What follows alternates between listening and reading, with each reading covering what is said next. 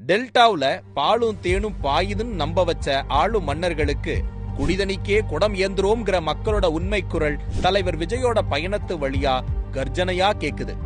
இந்த சத்தம் உங்களை தூங்க விடாத முதல்வரேன்னு தலைவர் விஜய் சொன்னதுக்கு அப்புறம் தூக்கம் வருமா?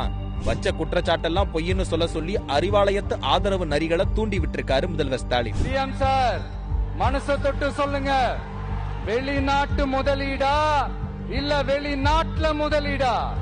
வெளிநாட்டு முதலீடா வெளிநாட்டுல முதலீடாங்கிற கேள்வி ஆட்சிக்கு வந்து 5 முறை வெளிநாட்டு பயணம் போயிட்டு 11.31 லட்சம் கோடிக்கு முதலீடு ஈர்ப்பு, 34 லட்சம் பேருக்கு வேலை வாய்ப்புன்னு உருட்டிக்கிட்டு இருந்த முதல்வரோட ஒட்டுமொத்த பிம்பத்தையும் ஒரே நொடியில ஆட்டம் காண வச்சிருக்கு.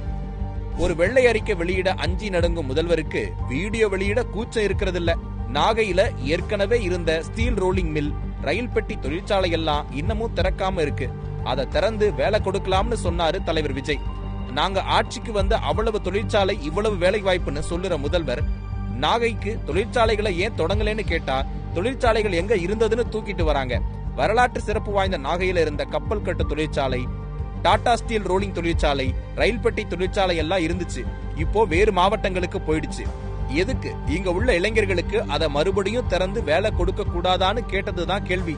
வாரிசுகளுக்கு முதல்வர் நாற்காலிய தந்தா போதும்னு இருக்கும் முதல்வர் ஸ்டாலினுக்கு இளைஞர்களுக்கு வேலை வாய்ப்பு ஏற்படுத்தி தருவதை பத்தி என்ன யோசனை இருக்க போகுது?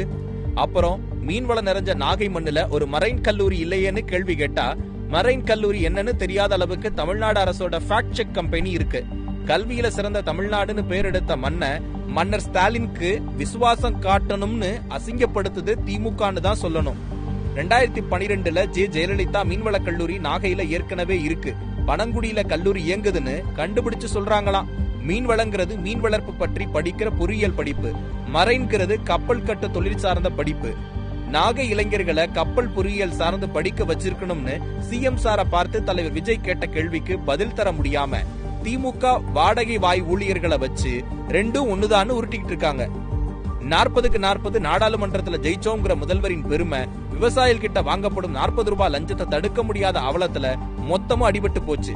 திருவாரூர் மண்ணில எழுந்த கேள்வி ஒரு எச்சரிக்கை. 2011 மீத்தேன் திட்டத்துக்கு கையெழுத்து போட்டு நாகை திருவாரூர் டெல்டா பகுதியை மொத்தமும் அழிக்க பார்த்த கைகள் முதல்வர் ஸ்டாலின் அவர்களோடதுதான்றத மறந்து போயிடுமா என்ன? வாரம் ஒரு முறை தானே வரப்போறாருன்னு சுலபமா நினைச்சவங்களுக்கு வாரம் மொத்தத்துக்கான தலைப்பு செய்தியா அந்த ஒரு நாள் வருகைதான் நிரூபிச்சிட்டாரு தலைவர் விஜய். அவரோட கேள்விகளை திசை திருப்ப அரசாங்க ஃபேக்ட் செக்க களமிறக்கி திமுகவுக்கு விசுவாசம் காட்ட வேலை செஞ்சாலும் உண்மையை யாராலும் மறைக்க முடியுமா?